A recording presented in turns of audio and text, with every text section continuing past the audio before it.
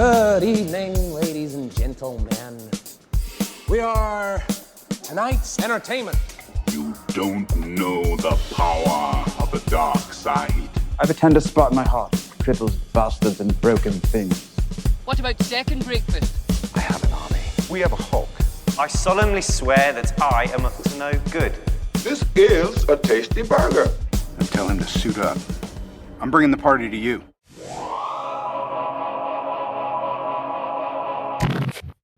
Hello everyone and welcome back to our channel over here at Broke Boy Media, and today we're going to be doing our Joker review. My name is Christian and I have Devin here with me as always. How are you doing today, buddy? Oh boy, I got a lot to get into. We do have a lot to get into. I literally just got out of the theater. It's been a very busy weekend for me. Been hitting up the Nashville Film Festival. So I saw Jojo Rabbit and not Honey Boy, Marriage Story so far. I'm seeing Honey Boy next weekend. I think it's on Friday. And then that's probably it for me for the film festival. Those are only three movies I was very interested in seeing. But our spoiler review of Jojo Rabbit is up on the page right now. I was a bit half tired while recording it, so I might take it down and re-record it and put it back up. I just put it up early this morning, but yeah, man, let's just dive right in. So I just got out of the theater to see Joker. You saw it yesterday or was it Thursday?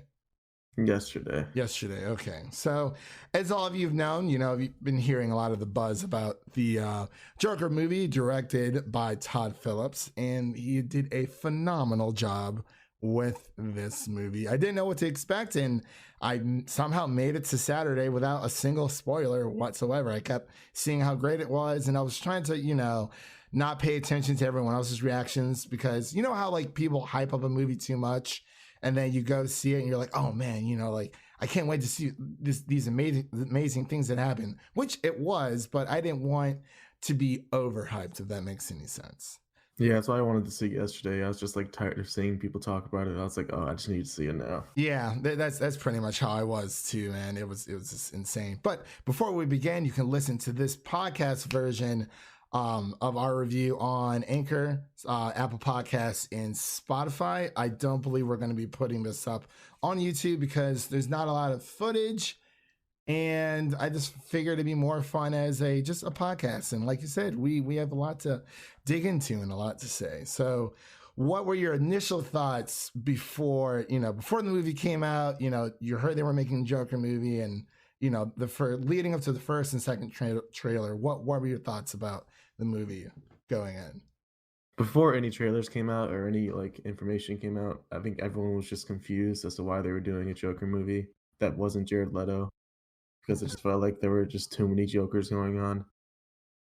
Yeah, I totally agree. It's I was kind of confused because we had Venom last year, and I was like, maybe we shouldn't do villain movies. And then after seeing this, I'm like, yes, like give me more. But I gotta say, I do agree with you. I was very confused, and people were bringing up this DC Dark Universe, and I kind of like how this is its own standalone movie. It's not connected to anything. I think it warrants as a really good origin for the Joker, but no one really knows who the Joker is, and we'll get into that a little bit later on. But yeah, man, it was I was very confused at first, and then I saw you see the leaked photos of Joaquin Phoenix playing the Joker, and you're like, oh, okay. I was kind of feeling it, and then I saw the first trailer. I'm like, wow, this looks very good. And I saw the second one. I'm like, okay, yes, just let's see this. The trailers really sold it once you saw like Joaquin doing his thing. It really was, man. Oh my gosh. So where should we begin? Like, obviously everyone listening, this is a spoiler review. So if you have not seen the movie, just back out now, come back, listen to us or whoever you listen to. We're just a couple of guys talking about the Joker. Well, what do you care? But so, where do we begin? Do we begin at the end?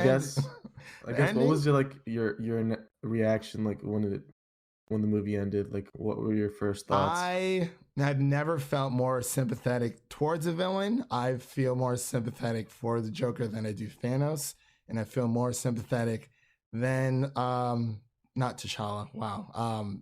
Killmonger and, Marvel, but wow. And obviously way better than Venom. I mean, come on. But I felt, all of his murders, all of his killings were completely justified to me. All of them? I All don't of know them. about that. Are you talking about the mother? Yeah, definitely the mother. The mother was a little bit of I was like, oh man, I'm like, is he really going to kill her? I thought he was just going to shoot her and be done with it. Like, And no, then, he's and then mothered her. even the talk show host, like, of course, it wasn't great to bully him, but it doesn't warrant murder. Well, obviously it doesn't warrant murder, but like at the same time, I was like, okay, obviously, seeing it as, a viewer, we already know what he's been through, what's going on. It was warranted to me at least, but obviously, yes, that's going a little bit overboard. But then again, is it just as going overboard as, when he murdered the 3 kids on the train? Yeah, I'd say. No, so I was like, oh, did he go? Did he leave? No. I was like, oh my gosh. But I don't know, man. It's weird. It's tough. Like when I first got out of the theater, I was just like questioning everything. I was trying to figure out what I just watched. The biggest thing is it makes you question your morality. Like it where do really you stand? does. And this movie really does touch on. It touches on obviously the whole bullying aspect, but really with mental health because. I mean, no one was listening to him, not even a social worker. And he kept saying, he's like, all I have are negative thoughts. And he's like, I feel like you're not listening to me. And then she only kind of started listening to him after she found out that her job was in jeopardy. And then even then she didn't really even care. She's like, oh, this is going to be the last time that we meet. And she's like, none of these people give a shit about you.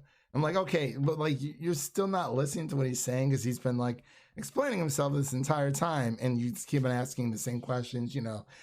How's your job? How's your week? How do you feel? It's literally the same thing over and over and over. And I feel this I don't want to say disturbing, but I mean to me, obviously to a normal moviegoer who doesn't see a lot of these violent films.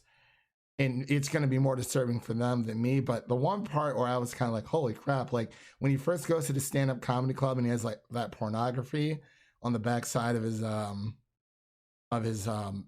his joke book, I think it was. Yeah, it was kind of hard to spot what those pictures were, but yeah, it looked pretty. Yeah, I caught it for a split second. I thought that's what they were laughing at because he puts his arms up and he has his book in his hand, and I thought that page was flipped over to where everyone can see it. But I'm like, okay, well they're laughing, and it was very, very odd.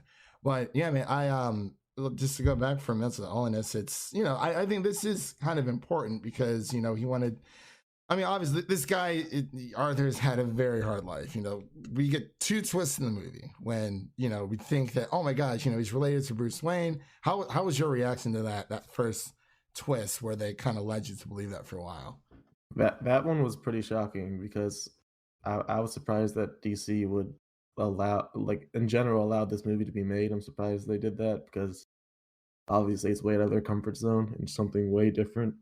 Yeah, I'm glad they did, but I'm very surprised because if that first twist about they're basically being brothers, Batman and Joker being stepbrothers, if that were true, that would have painted Batman in a much worse light.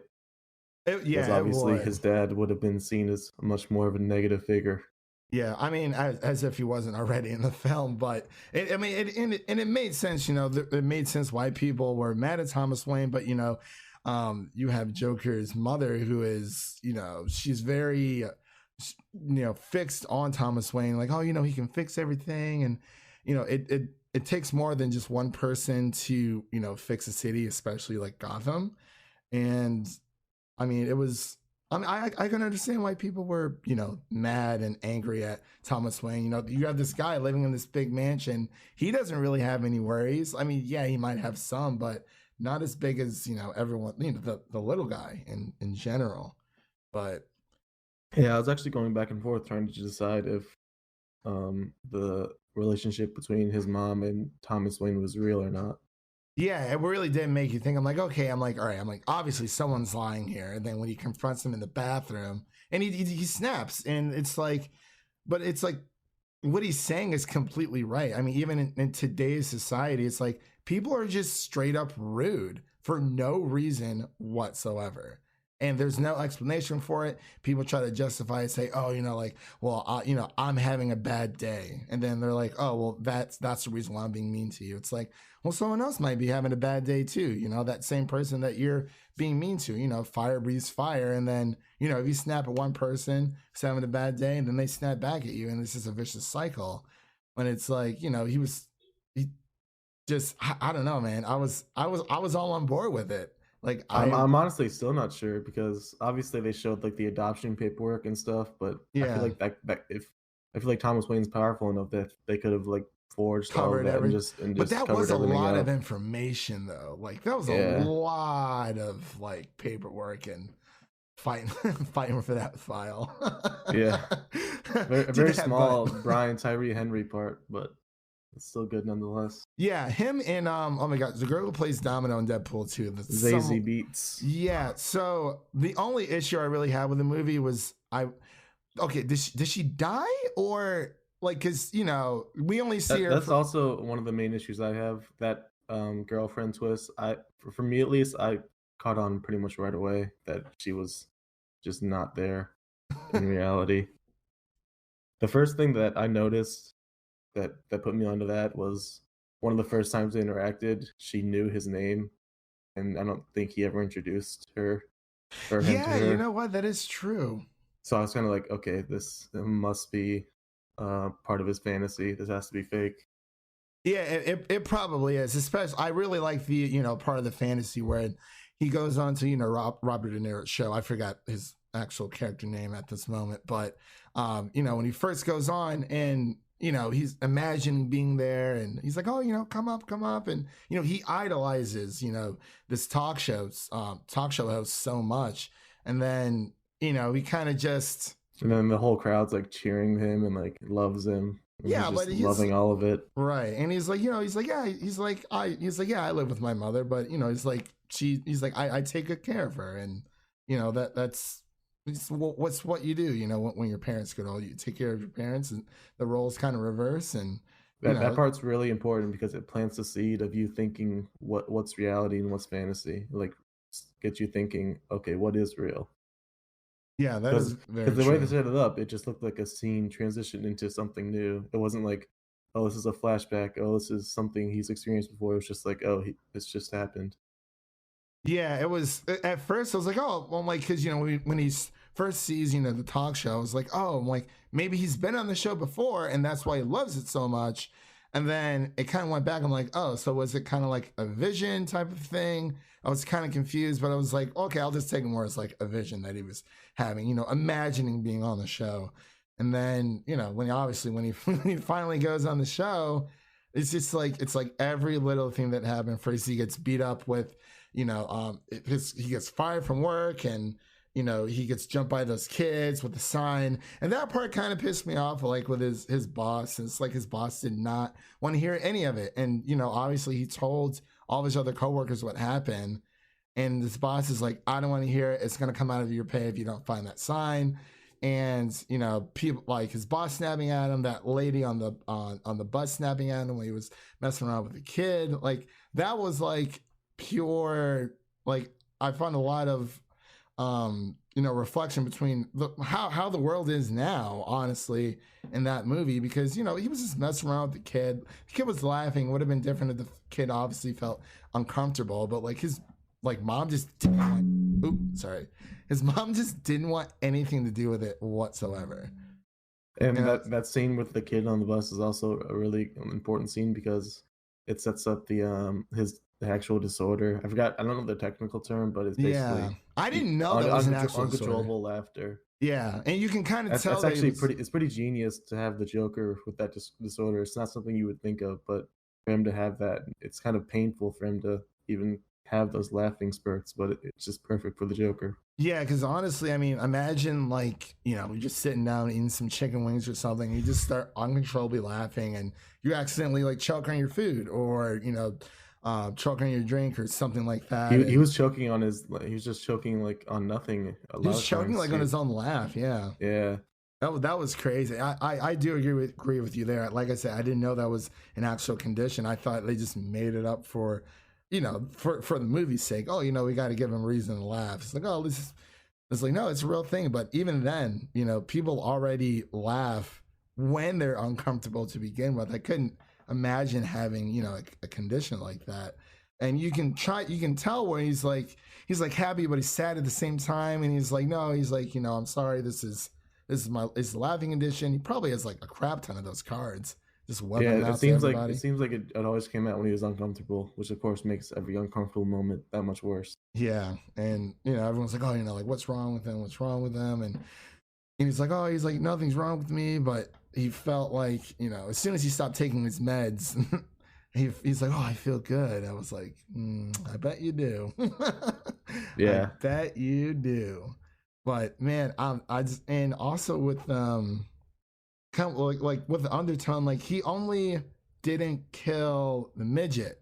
Pretty much everyone else who was a dick to him in general. But obviously, we as like I said before, me being an audience member and me thinking that those killings are justified in this universe, obviously not in real life.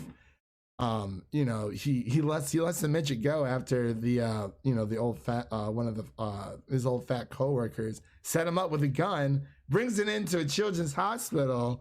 I was like, oh my god, can't believe that friggin' happened. But so all these scenes are just so like tense. You're just like, it was one after another. It made you feel uncomfortable, but that children's hospital one, you're just like, oh no. And then I was like, did they notice? I'm like, of course they fucking noticed. One where they come into his apartment, you're like, oh, please don't kill the little guy, please. Dude, as soon as he locked that door, I was like, something's about to happen. But and then he can't reach the lock to get out. It's like it's like a perfect blend of tense, like humor, and like just comedy. Horrifying. Yeah. He was like, I'm not gonna kill you. And he literally even says, he's like, you're the only one who's ever nice to me. Because people were being, a dick to the clown too. I mean, not the clown, wow, the midget guy too. And, I guess, it was more of like a sympathetic thing. Whatever happened between him and, Zaza, I don't know if she's alive or dead, because but that was the only little issue. Like, she was there. I was like, okay, are they going to go somewhere with her? Like, is he going to kill her? And then, he like just ends up in her apartment after, he finds out all this, like his breaking point, the thing that pushed him over the edge. And then it was just, I was like, oh, did he kill her? I don't know. And she's like, oh, my daughter's in the next room. But I'm like, I thought they were like together. So I felt like, I was like, okay, if you're together, wouldn't you figure out what's going on instead of just asking him to leave? But she was never, a dick to him. So I really don't know. It's very, very weird. There's no way of knowing her fate. Which is interesting. I don't know. Well, jeez, man. Any other points that you wanted to bring up? I'm sorry, I've been talking for so much. I literally just got out of the theater. I'm like, oh my gosh, I have so much to say. But yeah, go ahead if you have. It felt like every murder scene that he was in, it just made you feel dirty and like grimy. You're like, oh god, like. Oh, I felt fine. No, I'm kidding. Like obviously, I felt bad and I sympathized with him, but I just didn't want him to murder. Obviously. Yeah, and it was kind of because you want him to have redemption and get better, but obviously doing what he did isn't going to make him get better. Yeah, honestly, I thought there was like a few things that were going to happen. Like, I mean, especially like at his first killings on the the train ride after he gets sacked from work. And I was like, man, I'm like, I felt like something's going to happen. I'm like, oh man, is he really going to take like, 2 beatings in like 2 days? He just whips out the gun out of nowhere and just. Yeah, that was shocking. He just right in the head. Yeah, that made me jump. I was like, holy crap. Well, number one, you have incredible aim, sir. Number two, wow. Yeah, he didn't really miss. Except for that third guy. He was on the hunt. He smelled blood and he loved it. He loved it. And then after that scene is the scene where he goes to the bathroom and does his dance. It's like it's kind of showing the first time he actually feels free. Like he feels powerful after that. Yeah. I mean, like, and especially when he snaps on it like I said, it was a gradual, like a snowball effect with him, like, okay, he kills the guys, the three people, and then what was his next killing? I think that was the fat guy, was it? I think the mom was before. Okay, the mom, and then the fat guy. Yeah, and the mom was before because they asked him how he was doing, and then he said, "My mom died, so I'm celebrating." Like, that was creepy. Yeah, I mean, he had all the white makeup on that looks so creepy. And then he's like, you going down to the rallies? He's like, no. He's like, oh, everyone's going downtown. He's like, oh, is that today? And he's like, oh well. But like at the same time, after he made his first kill, after his first blood, because you could say his he was scared that he pushed himself that far, but at the same time he said he was having negative thoughts, and the whole he's writing in his journal where people are expecting you to put on a happy face and pretend that you're okay when you're not. And I mean, obviously, he has a mental illness going on, but I think his mom was just as messed up with, tying him to a heater, being malnourished. And he's like, oh my God, Mom, you're so messed up. It's like, bro, you just mowed down 3 people yeah, on a freaking like a train stop. And I mean, the fat guy definitely had it coming to him. That he paid him back, paid him back in full and 10 times over probably. But what were your thoughts about like the ending when he goes on to Robert De Niro's show? Just overall, like what were your thoughts? Just they kept setting up to where he was going to say the knock knock joke and then kill himself, and then they kind of threw a wrench at you, and he ends up killing the talk show host instead, which was definitely surprising. Yeah, and it's very reminiscent. I'm not sure if you watched Dark Knight Returns. It's like a 2-parter animated film where Batman is retired. He's not a part of like helping out Gotham anymore, and the Joker is still alive, but he's in more of like a kind of like a retirement, and I guess you could say it's Arkham. Let's just say it was Arkham, but it's like since Batman retired, then the Joker kind of lost his drive, and then when he found out that Batman came out of retirement in his old age, it was like a spark. And then Joker's like, oh, like the Joker's back. And he goes on a talk show host in that movie. And instead of, just killing the talk show host, he mows down the entire audience. And he's with some other villain. I can't remember the name of them, but it was just insane. I'm like, that was very reminiscent. I'm like, as soon as he got on the talk show host, I'm like, something's going to happen. Either he's going to kill himself, which I thought was kind of like the cheap cop-out way.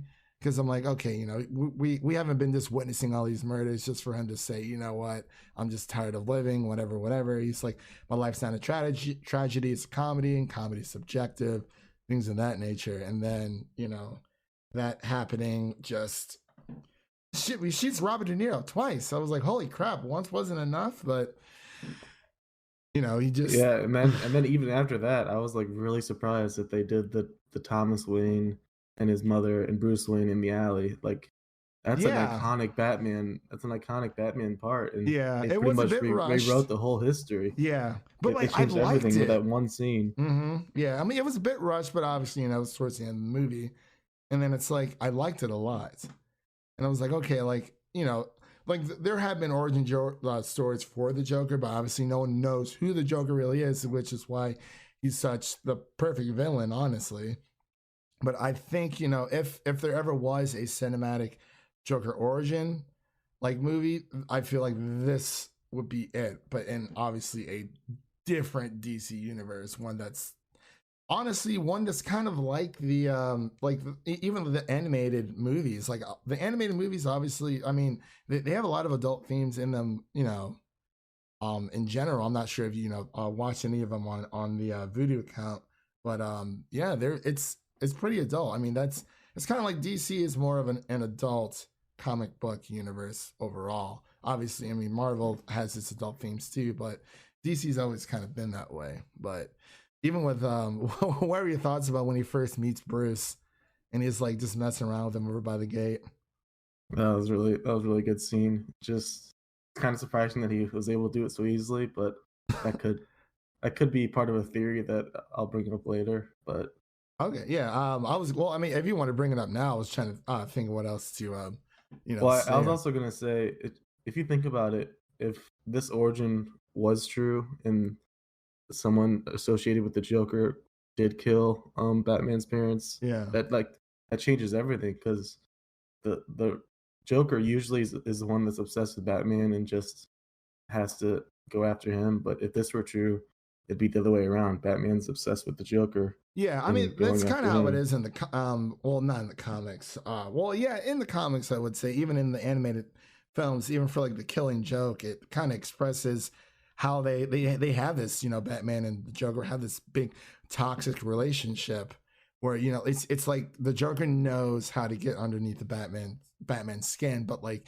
they don't like out and say if the Joker even knows who Batman really is. They never really explain it in any context. In general, it's like he may know who he is, he may not know, but yeah, I see what you're saying. It was kind of like the Jack Nicholson version where it's like, oh, you find out that the Joker killed Batman's parents, and then in turn, they created each other in a way. And I thought that's the route they were gonna go. I'm like, no, it's been done before. Because when the Joker is at the whatever show that was happening when Thomas Wayne was at, and he sees Thomas Wayne leave, I'm like, oh, is he gonna just like kill him in the alley like right then and there? I'm like, oh no, Martha's still sitting there. I'm like, okay, it's a different scene. But whoever that guy was who killed, Batman's parents, it was kind of just like a one-off type of thing. But I do like how they did incorporate that in.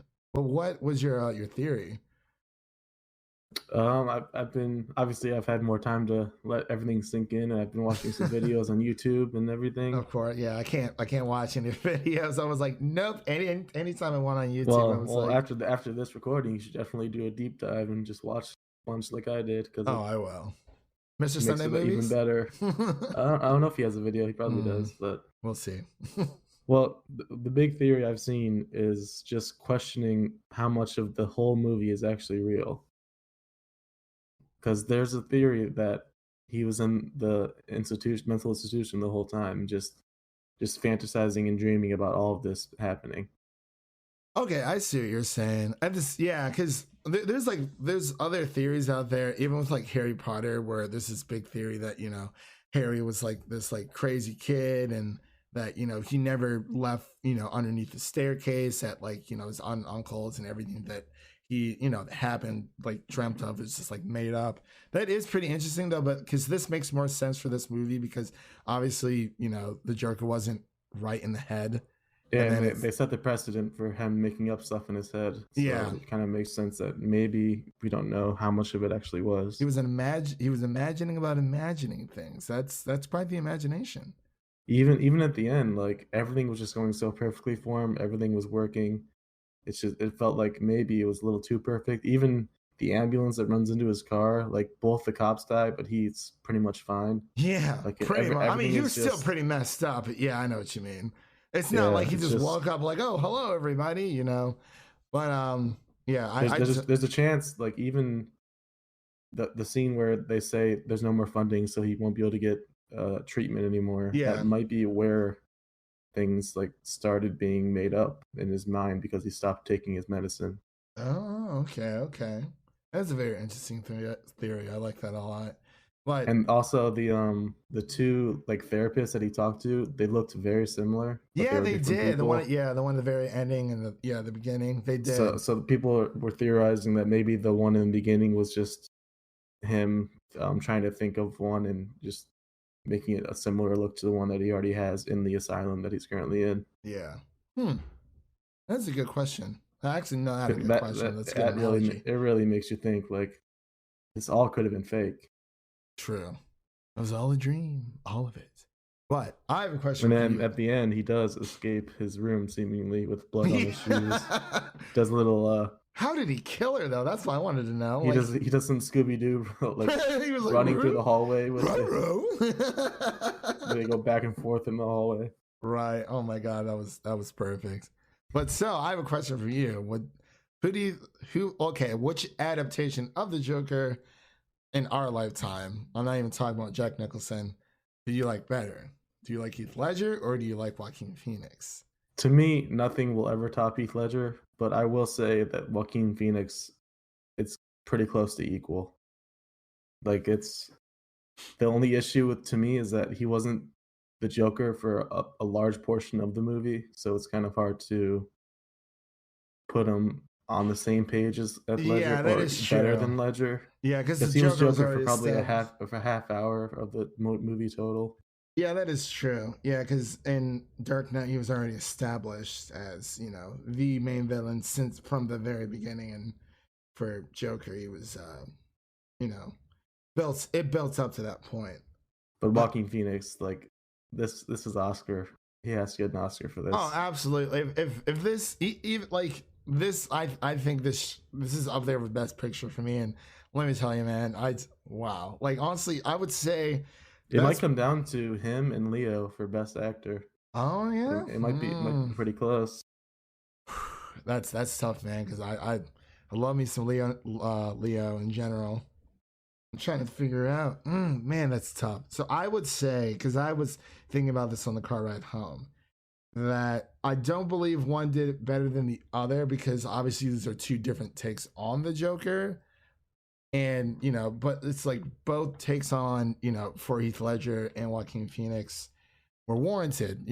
I everything that Heath Ledger said as a Joker was absolutely true. And I completely sympathize. I mean, obviously I sympathize more with Joaquin Phoenix's Joker over Heath Ledger's Joker, but they both spoke so many truths. And this movie in general for Joaquin Phoenix, I think it's a big push for mental illness, as I said before, and just this how people treat each other in today's world. Because it's kind of like Gotham in general. It's just this rundown city almost.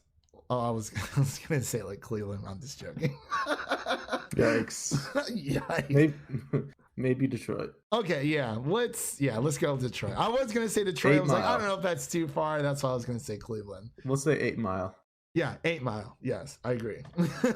But that's also something I wanted to bring up. The movie was not afraid to put in some messages that it wanted to get across. They were not very subtle, which might turn some people off. But yeah, the few key things they were trying to say or start conversations about were obviously social divide, the 1% just not really caring about the bottom people, and then poverty. That's a big part of it.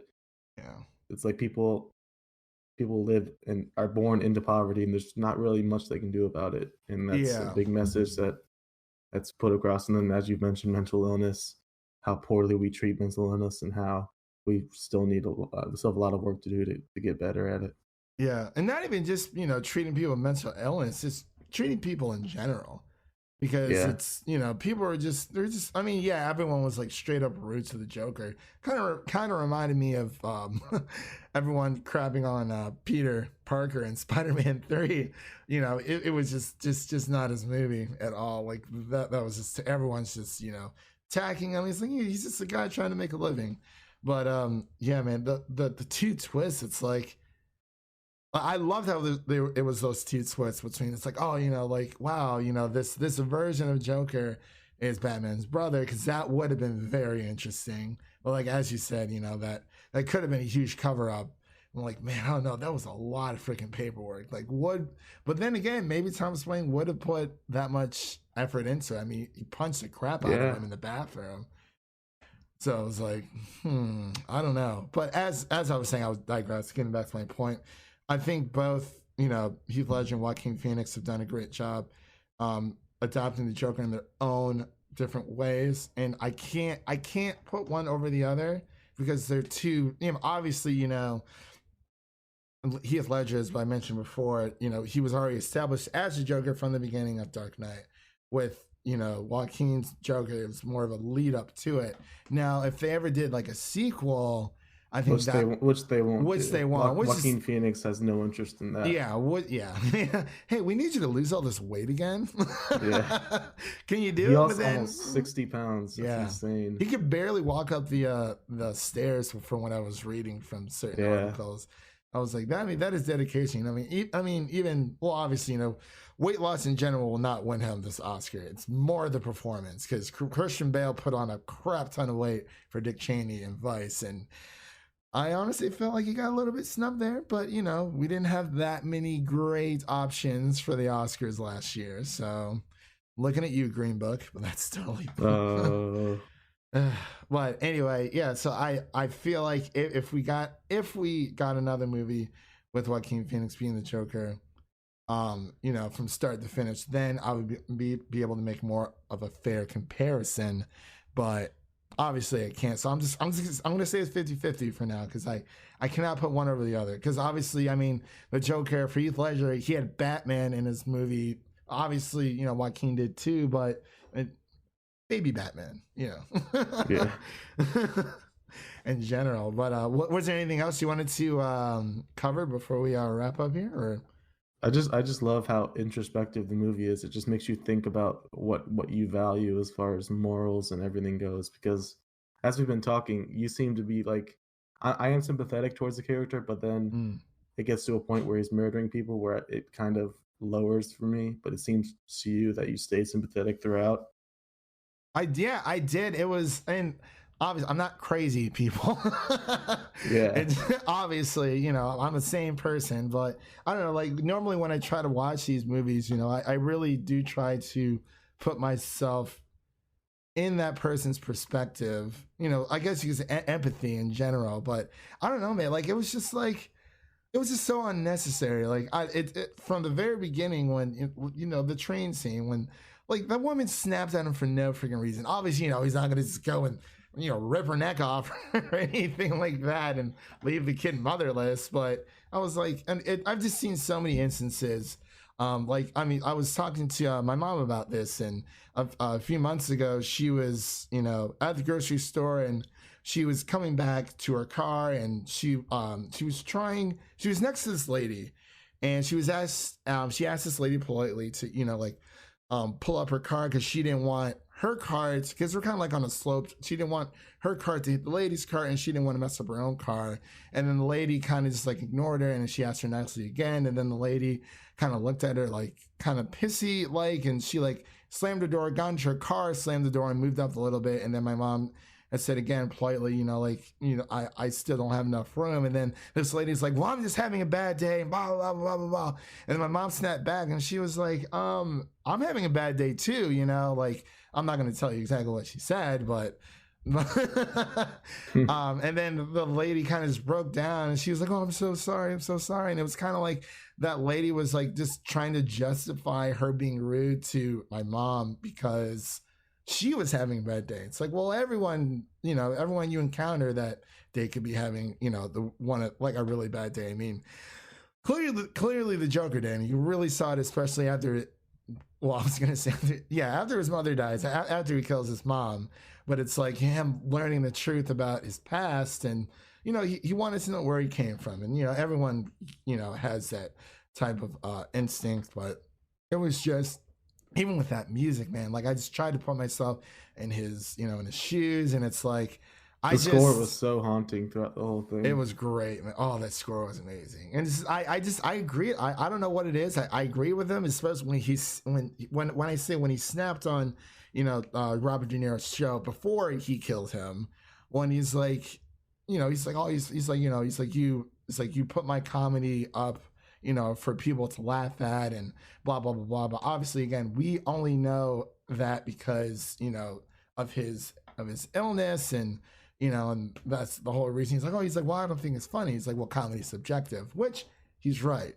But it's like, I don't know, man. I just, for some reason, I mean, I sympathize. I mean, I agreed with Killmonger 100%, but I don't know what it is, man. It's crazy. I mean, obviously, actually, I saw a really interesting quote. Someone asked Zazie Beetz a very similar question, basically something like, do you think it's weird or awkward that people might find sympathy with someone as murderous and crazy as the Joker.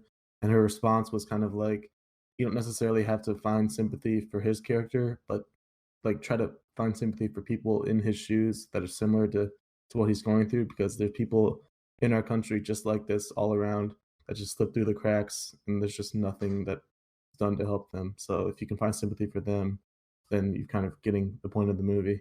Well said. Honestly, and I think that pretty much sums up my explanation as to why I feel sympathy for the Joker. I absolutely agree with that, because I mean, obviously, we both went to the same high school, but there were people in my grade. We had this one kid who had Down syndrome. No, he was autistic. He didn't have Down. He was autistic, super smart kid. Literally was like a math genius in our entire graduating class. But like some people were just like they're dicks to him for no reason. And it kind of just, it's like, he never did anything to you. So like, why are you being mean to him? And even with, I mean, there were kids, I'm not sure if you remember this, because I mean, obviously you were a few grades below me, but there was this one kid in the grade below me who ended up killing himself in the middle of, I think it was Ethan Green's golf course. He was on the football team. Like, he had his group of friends, but like, I always remember just pretty much anyone just being just utterly and completely rude to him, and even the coaches. And I'm like, it was probably a contributing factor. And I mean, I've seen it a lot. And there was another kid named Michael in my class, in my graduating class, who, he wasn't all there in the head. He was very, very smart, intelligent wise. He always got good grades, but everyone always used to joke like, oh, like don't mess with Michael, man. He'll end up like shooting the school. I'm like, number one, why the fuck would you put that in his head? Number two, why are you being a dick to him in the first place? If you don't want him to shoot up the school, you should probably start being nice to him. Like, honestly. And it's like, even in my fraternity, just one more quick example, I got invited to one of my fraternity, older fraternity brothers' weddings, who, like, I knew him throughout my time in Greek life. And he invited me to his wedding. Like, I ended up working for like his fiance's family for a little bit with a lawn mowing service and stuff like that. And one of my fraternity brothers, I was talking to him about the guy whose nickname was Target. I was like, yeah, man, I got invited to Target's wedding. And he's like, oh, he's like, how did you manage that, man? It looked like a lot of fun. I was like, well, I wasn't a dick to him, because like there was a lot of resentment and ridicule within my fraternity that I won't really talk about with certain people. And I guess, yeah, I felt sympathy that way and empathized with people. So that's a good, that was a very good quote by ZZ Beats there. I almost called her ZZ Tops. Wait, what am I talking about? Yeah, it's a great way to look at it. Absolutely. But was there anything else you wanted to cover before we wrap this up? I think the larger topic as a whole that we can talk about is, obviously there was controversy going into this movie. Yeah, we can talk about that for a bit here. Absolutely. I'm not in any rush, so we can just keep the ball rolling as long as we have interesting things to say, which I hope people are listening. So because we were talking before, like leading up to the movie, we were kind of like talking back and forth, like a little worried about going to a movie at a premiere time. Yeah, because we didn't know if anything was going to happen, because obviously the Dark Knight Returns movie premiere had that issue a few years back. Yeah, and I was actually talking about this on the other team, Cinemania World team that I'm a part of, on their one of their podcasts. And everyone, check it out. It's great. They're doing great things, and I'm very excited to be a part of their team. Shout out to Dwayne for having me on and inviting me onto the team. But in general, what we were talking about over there, it kind of correlates to what we were talking about here on our podcast. Is that it's sad that people were so reluctant to go see the movie during opening night. Some people saw it Tuesday, some people saw it on Thursday, and it's like, well, I don't want to put my life in danger just because I really want to go see a movie. And it was very sad that NYPD had to crack down and say it's like asking cops to come in and take away their duties from other crimes, other real crimes that could be happening, versus like, hey, we need you to like guard this movie theater and make sure that nothing happens, during opening weekend, because people are crazy. And I totally agree. It's, I know for a while there, I kept asking you when we were going to see it. And, I just saw it like 10 a.m. this morning, and you were like, you're like, I don't know. And I was like, I totally understood. And I, hope you didn't think I was like bugging you about it. I was just wondering. But it's like, it's completely warranted, because, you want to be safe. You don't want to, go into a weird situation where, your life is in danger just to go see a movie, because for some reason, I don't know why this movie's all, like, like shooters could be there and blah, blah, blah, because what happened to Aurora. I was like, okay, well, I went to go see John Wick 3 a few months ago, and that dude was mowing down people left and right. And yeah, that was the point that Todd Phillips made, the director. He made that direct comparison to John Wick, saying that there's even more violence in that movie, but no issues there. Yeah, it was weird. I mean, I just don't get it, man. It's like we see these kind of I'm movies very all happy. the time. I'm very happy. Like, as of recording this, there have been no issues or events that have happened, so that's definitely a good sign. Yes, and I'm very happy for everyone who obviously we have a few other friends who are seeing it Sunday, so it really just sucks that we have to worry about our own friends' safety just to go see a movie. And everyone over at Cinemania World who has seen it, I'm glad you guys are safe. I'm safe, so we're all good. And I was like in the middle of the theater. There was only about 25 of us all together in the theater, but like I was laughing at like the most like fucked up parts. But like they're like, that's not funny. But like there were some things that made you giggle, but obviously overall it was very serious. But yeah, I was like, and this is why I like going to the movies. Like honestly, I think I would not have had the same experience if this was just like on Netflix or push to like Hulu or Amazon or one of those other streaming services, or but yeah, I mean it was crazy. I'm glad. And of course there's been a ton of people like trying to bring back the whole violent media causes violence argument that's been going back and forth, and obviously over and over again it's proved to not have really any value. Yeah, it's just not true. Yeah, same thing with video games. It's like, I was like, oh, violent video games breeds more violence. I'm like, no, the people who are doing these things, there is something mentally unstable about them, and clearly they are not getting the help that they need, or they're just being ignored. They're not being listened to. Wink, wink, nudge, nudge, and like there's been such a history of even more violent movies than this, and there's been no incidents that have happened there, or no causations there. Yeah, and no one said. Have you seen American Psycho? No, I have not. I think that I kept thinking about that movie while watching this one. It's a very similar type movie to me. You might want to watch it. Yeah, I'll definitely have to. About a very famous serial killer in movies, played by the Batman himself, Christian Bale. Oh man, now I gotta watch it. I love me some Christian Bale. But even with when we were talking about In the Stars Born, where just the wrong thing said to someone can just make them snap, and look what happened to oh my gosh, Rocket Raccoon. Wow, I'm drawn. Bradley Cooper's character, he kills himself.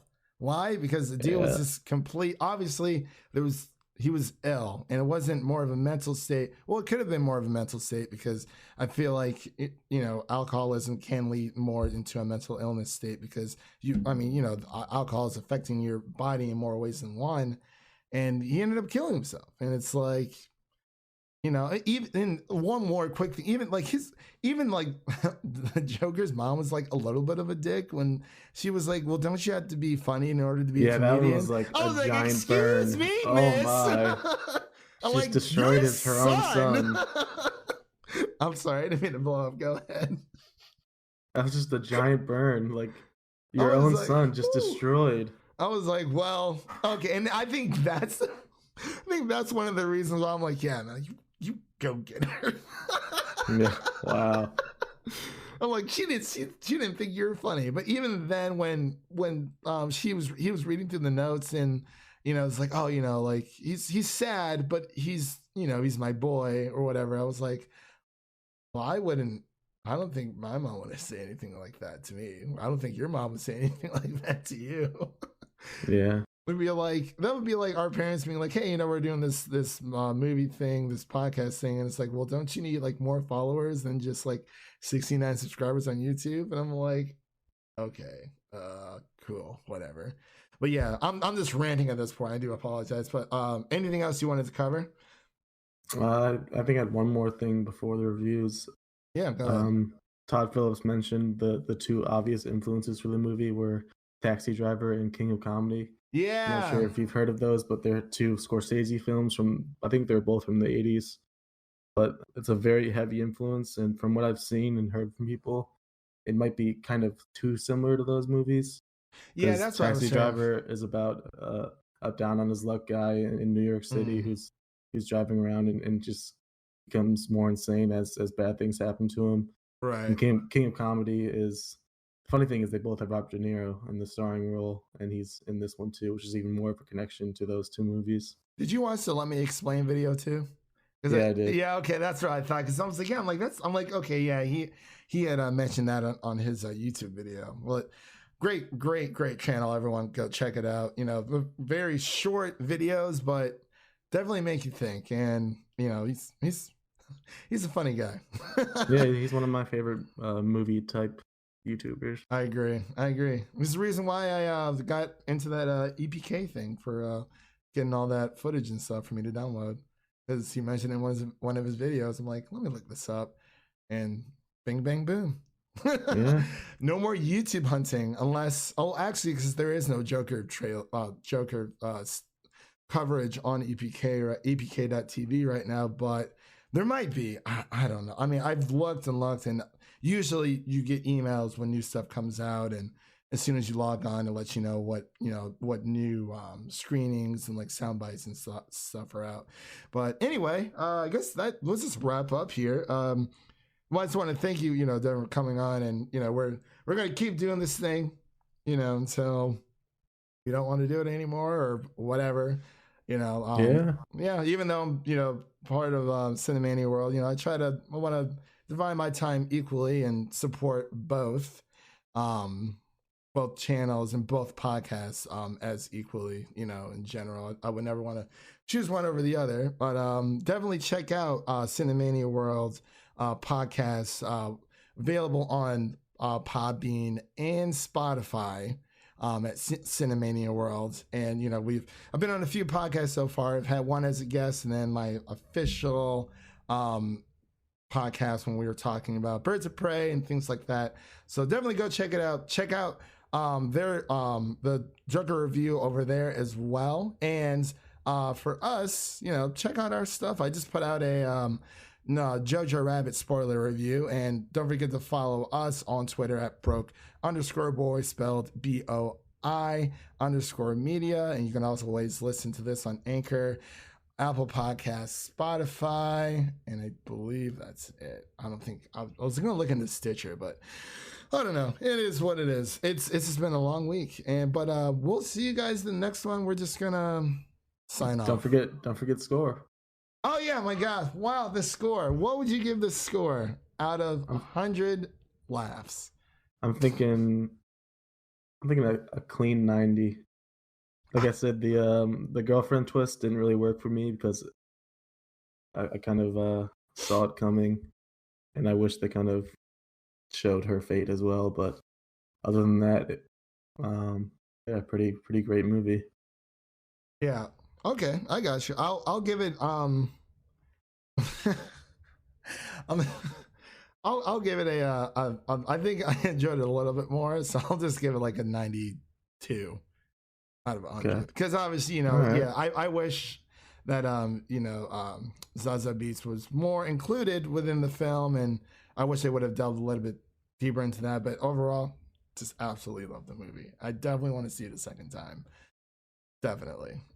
But those are just two people's thoughts and opinions about this. What did you think of the Joker movie? Let us know, and we'll see you guys in the next one. We don't know what we're reviewing next, so we'll Gemini Man. They made a person out of another person. You made a person out of another person. Or Maleficent, I think it is. I don't know. We'll figure it out. As long as it's not Rambo. No.